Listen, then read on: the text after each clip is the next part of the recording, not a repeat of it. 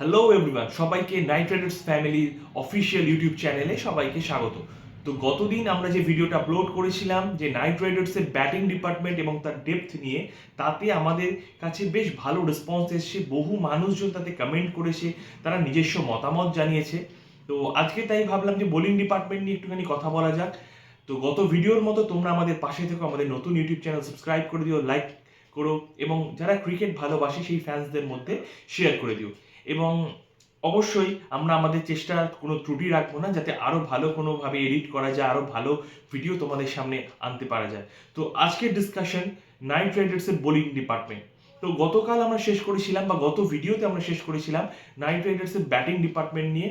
তো bowling department আমাদের lead করবে কি? অবশ্যই বিদেশি ফাস্ট বোলার এনরিক নোকিয়া, এবং তার পরিবর্তন হিসেবে স্পেন্সার জনসনকেও ভাবা যেতে পারে। তো আমাদের যে প্লেইং 11 সেটা মোটামুটি ব্যাটিং ডিপার্টমেন্ট বা যেখানে আমরা শেষ করেছিলাম তার পরবর্তীকালে যে অর্ডারটা আসছে সেখানে কিন্তু আমরা হর্ষিত রানাকে আমরা অ্যাপ্লাই করতে পারি, কারণ বলেছিলাম যে হর্ষিত রানা কিন্তু একজন বোলিং অলরাউন্ডার। তো হর্ষিত রানার পরবর্তী হিসেবে আমরা ভাবতে পারি সব সাউথ আফ্রিকান পেসার এনরিক নোকিয়া এবং স্পেন্সার জনসনকে। ব্যক্তিগতভাবে আমি স্পেন্সার জনসনকে দেখতে চাই, কারণ স্পেন্সার জনসন একজন বাঁহাতি পেসার, আমরা সবাই জানি। তো স্পেন্সার জনসন যদি থাকে, হর্ষিত রানা যদি থাকে, তাহলে left hand right hand combination দুটো থাকবে। এবং এর পাশাপাশি যদি কোনোভাবে চোট না পেয়ে থাকে, উমরান মালিক কিন্তু খুব ভালো অপশন হতে চলেছে। চোটাঘাত যদি তার না থাকে, সে যদি ফিট থাকে, শোনা যাচ্ছে সে তার পেস বা বলের গতি কমিয়ে এনেছে লাইন লেন্থ ঠিকঠাক রাখার জন্য।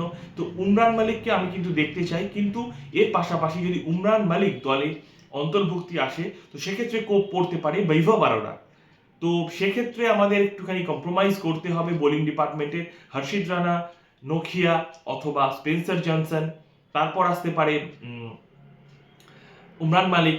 যদি উমরান মালিককে কেউ পছন্দ না করে, তো সেক্ষেত্রে আসতে পারে বৈভব আরোরা। এবং আমাদের তো সবশেষে রয়েছে বরুণ চক্রবর্তী। এবং এছাড়াও আমরা বোলিং ডিপার্টমেন্ট আরও স্ট্রং করতে পারবো, কারণ আমাদের হাতে আরও দুই বোলার রয়েছে, অ্যান্ড্রে রাসেল পেস বোলার হিসেবে, এবং আমাদের ওপেনার খুব সম্ভবত নারিন ওপেনই করবে, সুনীল নারিন দ্য ম্যাজিশিয়ান। তো এই ছিল আমাদের বোলিং ডিপার্টমেন্ট। তো আমি ব্যক্তিগতভাবে নোকিয়ার চেয়ে এগিয়ে রাখবো স্পেন্সার জনসনকে, তাহলে বোলিং ডিপার্টমেন্টের গভীরতা বাড়বে।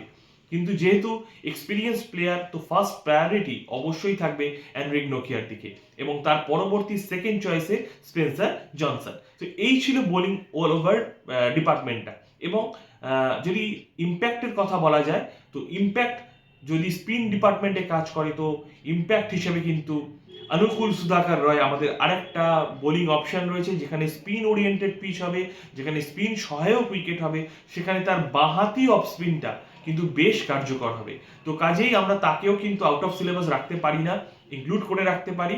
এবং যখন প্রয়োজন, যদি ভেঙ্কটেশকে না বসিয়ে যদি অন্য কাউকে বসানো যায়, তো সেক্ষেত্রে যদি পেস সহায়ক উইকেট হয়, তখন কিন্তু ভেঙ্কটেশকেও আমরা 1-2 ওভার হাত ঘোরাতে দেখতে পেতে পারি। কারণ হয় না, ওয়েদার একটু চেঞ্জেস, একটুখানি হাওয়া বইছে, একটুখানি কুয়াশা রয়েছে, একটু শীতের মতো আবহ, যদিও মার্চ এপ্রিলে আমাদের সেরকম থাকে না, কিন্তু কালবৈশাখী ইত্যাদির কথা মাথায় রেখে সেটা পয়েন্ট খুবই কম, চান্সেস খুবই কম। তো সেক্ষেত্রে কিন্তু মিডিয়াম পেসার হিসেবে ভেঙ্কটেশ আয়ারকেও আমরা ব্যবহার করতে পারি, অথবা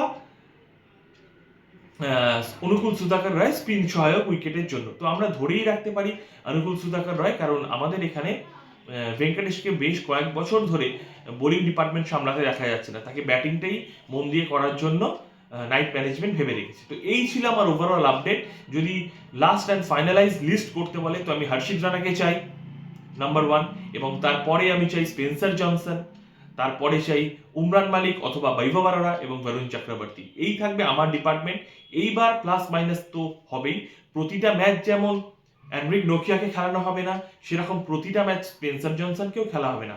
এদের মধ্যে অল্টারনেশন হবে, এবং পিচের কন্ডিশন অনুযায়ী ইম্প্যাক্ট হিসেবে অনুকূল সুধাকর রায়ের অন্তর্ভুক্তিটা হতে পারে। তো এই ছিল আমার ওভারঅল আপডেট। তো তোমাদের কেমন লাগলো অবশ্যই জানিও, কমেন্ট করো, নিজস্ব মতামত জানিও। Take care and goodbye. যতক্ষণ না নতুন ভিডিও আসছে, আমাদের নতুন ইউটিউব চ্যানেলের পাশে থেকো।